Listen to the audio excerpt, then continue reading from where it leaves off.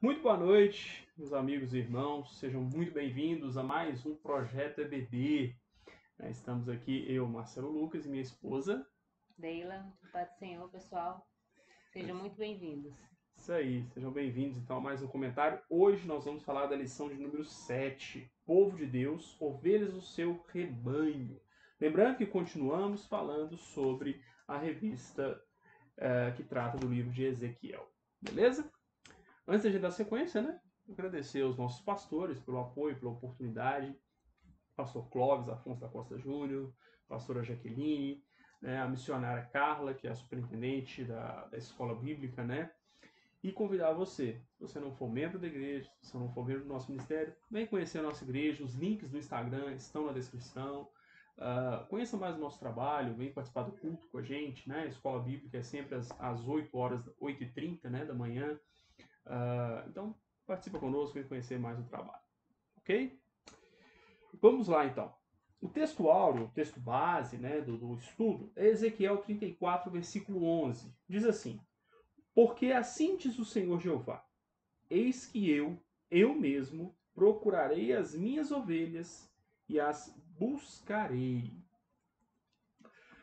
E a verdade aplicada, ou seja, a base, a máxima dessa aula, o autor traz assim: o povo de Deus é comparado a ovelhas do rebanho do Supremo Pastor. O pastor é aquele que cuida. Então, a primeira coisa nessa lição é você entender que Deus cuida de você.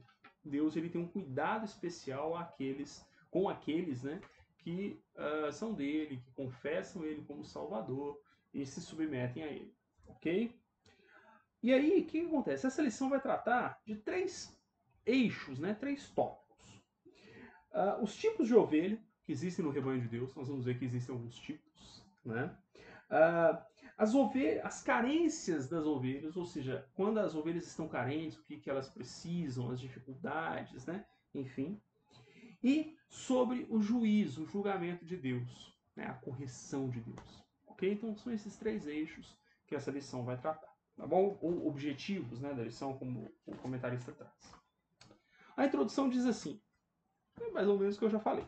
Nesta lição, abordaremos o relacionamento de Deus com o seu povo, destacando o seu cuidado, julgamento e promessas, bem como algumas características e atitudes presentes no meio do povo de Deus, características das suas ovelhas. Ok? Então vamos lá. O item 1 fala que o povo de Deus como rebanho de ovelhas. No item 1, o comentarista vem nos mostrar aqui que a Bíblia traz para nós diversas metáforas, comparando o povo de Deus com ovelhas. E essas comparações é para nos fazer refletir qual é a semelhança do povo de Deus com as ovelhas, No item 1.1, ele fala das características, algumas características de uma ovelha. Ele fala assim que quando Deus falou por Ezequiel que os judeus eram ovelhas minhas, ovelha do meu pasto, o público de Ezequiel tinha em mente o que significava um rebanho de ovelhas. Eles tinham muita convivência com isso, A maioria deles eram pastores, então eles sabiam como que era lidar com uma ovelha, eles sabiam a característica de uma ovelha, então Deus comparando o povo dele com a ovelha era uma coisa muito familiar para o povo de Israel. E aqui tem é, a enciclopédia bíblica, teologia e filosofia registra alguns motivos para os crentes serem chamados de ovelha. 1. Ovelha é um símbolo claro de dependência do crente a Deus. 2. Uma natureza semelhante a ovelhas de impotência em relação à existência terrena e da vida além. Ovelhas são usadas como emblemas de mansidão, simplicidade e inocência. São algumas características que as ovelhas têm e que são comparadas ao povo de Deus.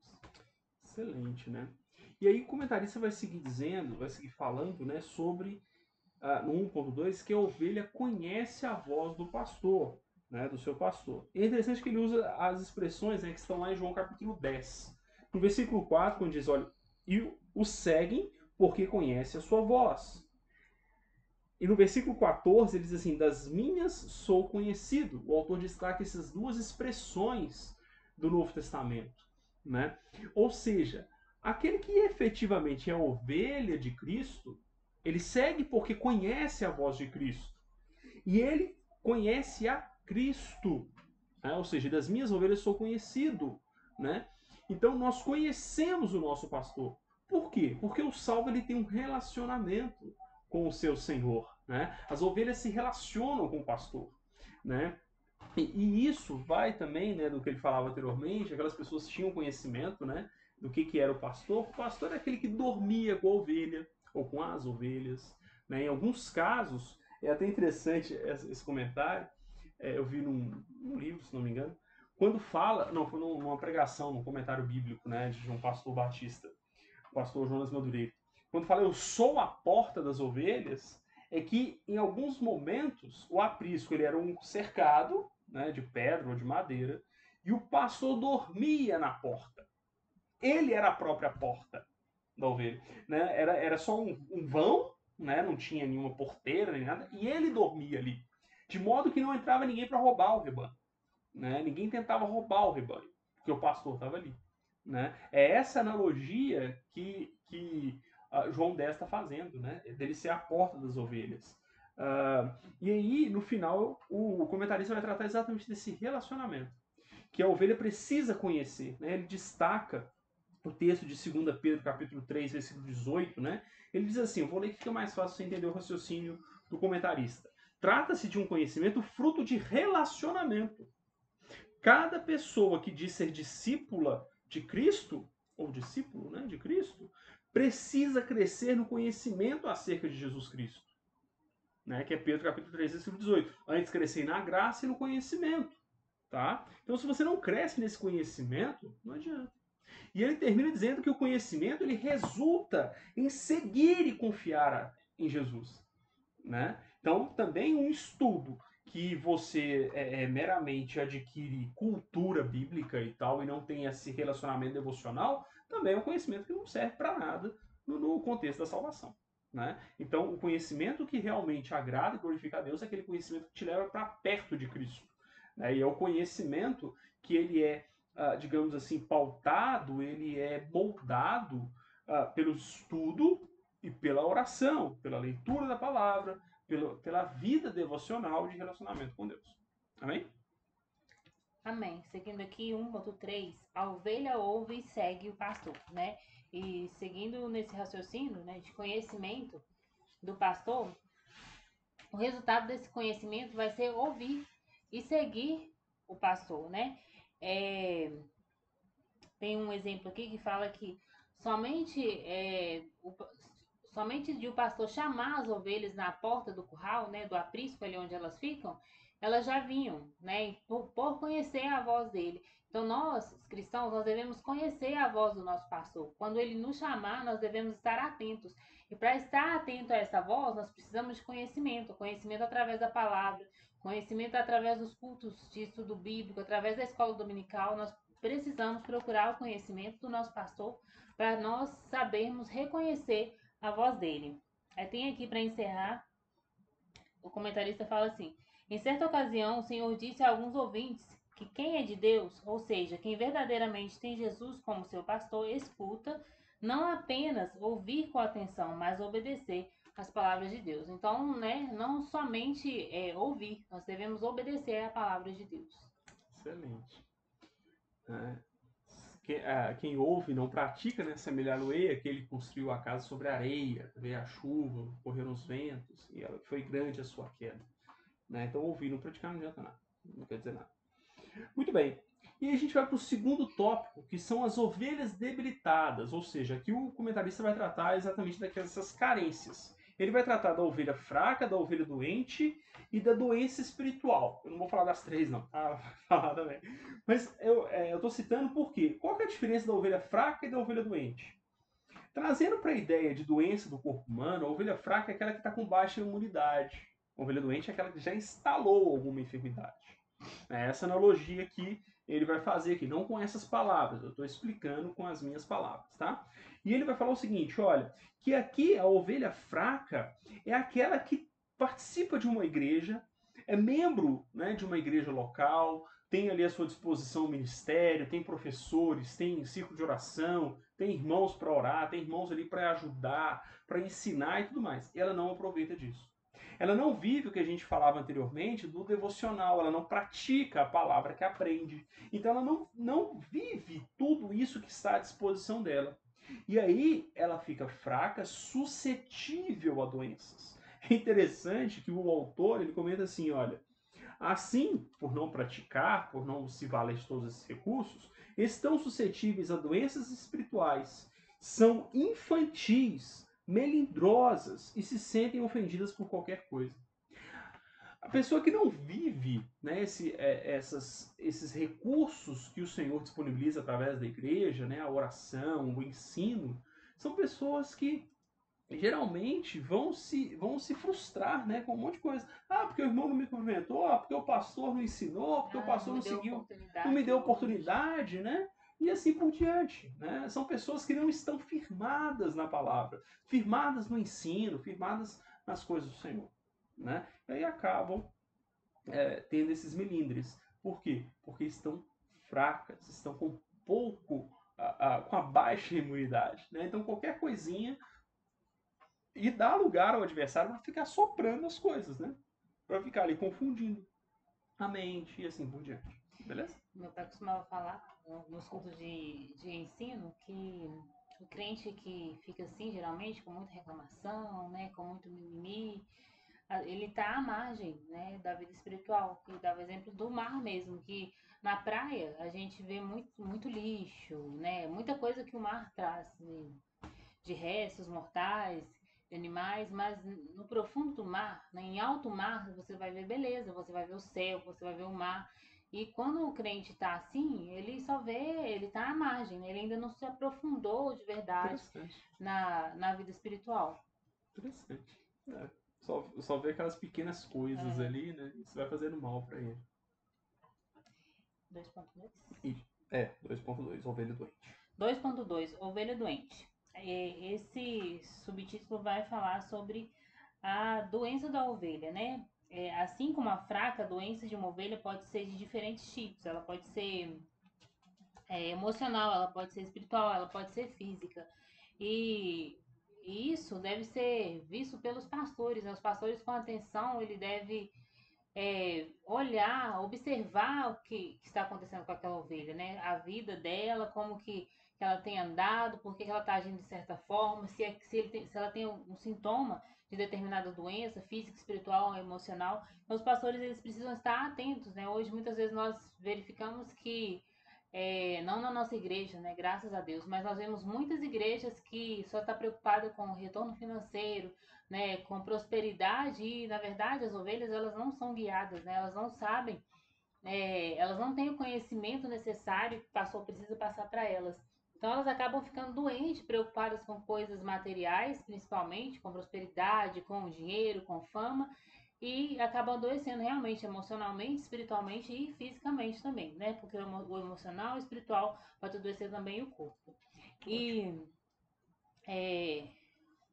Paulo fala, né, lá em Coríntios, né, no nosso texto de Santa Ceia, né, nós usamos esse texto, ele fala que existem entre nós muitos fracos e doentes e muitos que dormem, né, além dos fracos e doentes, muitos que dormem espiritualmente, não são pessoas que morreram, não, mas estão vivas, né, como fantasmas, né, um exemplo, elas estão andando, estão caminhando, mas estão mortas espiritualmente. Zumbi, né? Meio zumbi. E é possível também, o comentarista fala que é possível que essa doença seja causada pelo pecado, né? O pecado entrou ali, fez morada e a pessoa não percebeu, então ela morreu espiritualmente. E é possível também que a ovelha esteja doente com resultado de uma negligência, como foi relatado no tópico anterior, né? Pode ser uma negligência do pastor, pode ser também uma negligência nossa, né? Porque a palavra diz que nós devemos amar o nosso próximo como a nós mesmos. Então nós também, irmãos, devemos observar, né? O irmão nosso, se ele está diferente, se está acontecendo alguma coisa, se ele permitir, né? Nós podemos conversar com ele, mostrar o que a palavra diz sobre aquela situação que ele está passando. Então nós devemos estar atentos para que nós não nos adoeçamos e também que nossos irmãos ao nosso lado também possam ficar doentes. Perfeito. No 2.3, quando ele fala da doença espiritual, eu achei interessante que ele comenta assim, nem sempre, fazendo analogia com a doença física, né? Nem sempre a pessoa percebe que está doente de imediato. Portanto, espiritualmente é necessário um constante exame, sempre à luz da palavra de Deus e do Espírito Santo. Né? Ou seja, Check-up, né? é, Assim é como fazemos check-up exatamente, né? de 3 em 3 meses, de 6 em 6 meses na vida espiritual. Perfeito. Só que a vida espiritual tem que ser diária. Né? Tem que Exatamente. ser diário. Então, o seu devocional, é a sua leitura da palavra, é se O deixar. jejum. É jejum, né? É se deixar. Jejum já é meio tratamento, né? É. Só faz jejum quem realmente está atento à necessidade. Mas, assim, é deixar a palavra te confortar. Confortar, não. Confrontar. Né? Você lê a Bíblia e a Bíblia fala assim: sei lá, os fofoqueiros não entrarão no reino do céu. E reconhecer se você for um fofoqueiro. Né? É reconhecer quando a Bíblia fala: olha, isso está errado, né? O livro de Efésios que nós estudamos, né, no último trimestre. Foi no último, foi? Foi. Né? No último trimestre. É exatamente isso. Quando ele fala daqueles que trazem dissensão no meio da igreja, você é um deles, deixa o texto te confrontar. Quando você estiver lendo, fala, peraí, eu estou agindo assim? Eu estou agindo corretamente? Eu estou seguindo a palavra? Deixa te confrontar. E assim você vai saber se você está doente ou não. Né? E geralmente quem está doente não aceita que está doente, não aceita que está fazendo bobagem. E com o pecado é a mesma coisa. Até a pessoa entender que vive o pecado, já tem muito prejuízo. Né? Muito bem. Amém. O item 3 vai falar sobre o julgamento e providências de Deus. Né? Assim como Deus falou através de Ezequiel para aquelas pessoas ali que estavam, os pastores, os líderes de Israel, que estavam governando, né, sem comprometimento com o povo de Deus, e também com as pessoas do rebanho, né, como nós falamos anteriormente, que estavam ali só para atrapalhar, adotavam atitudes prejudiciais ao bem-estar da coletividade. Então Deus falou com esse povo sobre o julgamento, mas logo ele fala também, ele fala também com as suas ovelhas sobre esperança futura, né? Ele traz uma mensagem de esperança com a vinda do pastor messiânico, o bom pastor, né? O nosso bom pastor, que é Jesus. Ele traz correção, ele traz o julgamento, mas também mostra a esperança para o povo de Israel. Quer seguir? Pode continuar. E aí ele vai falar do que o Senhor está condenando. Né? Primeiro, o Senhor condena atitudes soberbas e egoístas. Né? Então, as atitudes que indicam esse egoísmo, essa soberba, precisam ser extirpadas. E o comentarista diz assim, são atitudes que lembram irreverência, ausência de amor fraternal e ganância. Olha que interessante. Irreverência, ou seja, pessoas que são irreverentes, que tratam o culto de qualquer maneira, acha que pode fazer o que quer no culto, acha que pode louvar a Deus de qualquer maneira. Isso é uma soberba, é um egoísmo. Pessoas que não consideram os irmãos, que não consideram que o culto é uma expressão coletiva da igreja. Né? Isso é soberba. Né? Falta de amor fraternal, porque não considera o outro. Né? E é uma ganância. Mas você fala, não, mas fulano tem essas atitudes, mas ele não está procurando dinheiro, mas está procurando fama, reconhecimento, chamar atenção. Palco. Isso, palco. Vou estar na plateia e você no palco. Exatamente. Não, vou estar no palco. Ao contrário. Eu vou estar no palco, você não Acontece. Então, assim, né, isso é uma ganância, né? Você deseja um benefício, né? Sei lá se é um tanto um benefício assim, né? E aí ele termina dizendo assim, é um alerta para cada membro do rebanho de Jesus não se deixar levar pela soberba, competição, egoísmo e autossuficiência, né? Lá ele cita Romanos, né? Capítulo 15, versículo 1 a 4. Temos que ter esse cuidado, tá? São atitudes condenáveis pelo Senhor. Amém? No 3.2 ele vai falar sobre as atitudes que causam feridas e tropeços. O Senhor se volta contra os que empurram, que desprezam, que procuram colocar outros do rebanho para fora, né? Talvez não somente com palavras, mas não só com atitude, mas também com palavras, com formas de tratar o irmão, né?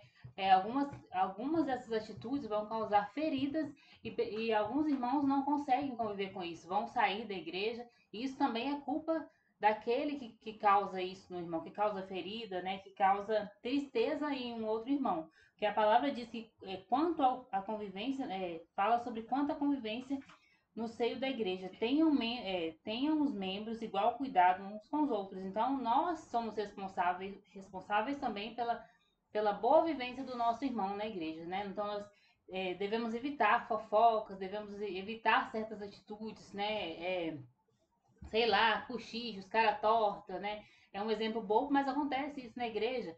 Às vezes um irmão se sente, realmente muitas pessoas se sentem tristes por não serem cumprimentadas. Então vamos prestar atenção, vamos ser mais, como que eu falo? Mais amorosos, né, com atentos os a nossos isso. irmãos, né, ter mais atenção com nossos irmãos e evitar que essas coisas aconteçam. É, o comentarista fala, é preciso cuidado, pois é possível que não apenas ações, mas palavras e omissões também, né? Deixar de prestar alguma coisa ao seu irmão, sei lá, conselho, um abraço, né? Ouvi-lo. Então, omissões também são consideradas uma atitude que pode ferir. Tropeços, né? Evitando tropeços, dificultando assim o desenvolvimento do rebanho do Senhor. E ele fala também que nós somos introduzidos no rebanho do Senhor através do Espírito Santo. Então, para que nós possamos ter uma boa convivência, né, e para um bom andamento da obra do Senhor, nós devemos andar de acordo com o Espírito Santo, né? Devemos ser guiados por ele, né, para que nós possamos ter uma boa convivência no seio da igreja. Perfeito, né? Principalmente quem está em evidência, né? Quem prega, quem canta. Às vezes o irmão acha que por você ter ali uma função, ou exercer alguma função ali, você está desprezando ele, que é mais humilde. Né? Isso pode gerar algum problema. Né? E aí, por fim, ele vai falar da providência divina. E ele cita o Salmo 23, que eu acho interessante o comentário. Ele diz assim: como o Senhor é meu pastor, nada me faltará. A expressão nada me faltará, na verdade ele está citando um outro, né, o Philip Keller. A expressão nada me faltará traz o conceito de não sofrer deficiência de nada, nem de carinho, nem de orientação, nem de cuidados. A expressão nada me faltará, embora ele não coloque aqui, no original hebraico é o Senhor não me faltará. E se Cristo não nos falta nada. Né? Não vai faltar a providência, não vai faltar o cuidado, como ele coloca, não vai faltar o carinho, não vai faltar o consolo, o conforto, o fortalecimento. Amém? Então, assim, ao mesmo tempo que o Senhor, ele mostra o que está de errado, o que tem de errado em nossas vidas, ao mesmo tempo que a palavra mostra o que está de errado em nossas vidas, como eu falava anteriormente, também mostra a mão do Senhor estendida para nos ajudar, para nos guiar, para nos fortalecer. Amém? Amém. Quer fazer uma conclusão?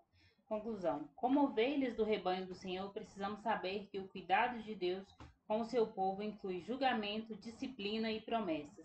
É necessário nos submetermos ao pastoreio do Senhor Jesus. Amém. Bom, então, tá aí mais um comentário, lição 7 comentada. Hoje minha esposa está aqui de volta, né? Os enjoos melhoraram, você que orou por ela, muito obrigado, que Muito Deus obrigada abençoe. pelas orações. Né? Enjoo de início de gravidez, né? Tá? Em breve estaremos aí com o nosso herdeiro. Né? Herdeiro de nada, né? Mas tá valendo. Tá valendo. Então, assim, não se esqueça de se inscrever no canal, seja no nosso canal, seja no canal da igreja. Se inscreva, curte, compartilha e comenta aí o que você achou do vídeo. Amém? Até o próximo vídeo. Fiquem com Deus. Que Deus abençoe. Até o próximo vídeo. Um grande abraço a todos.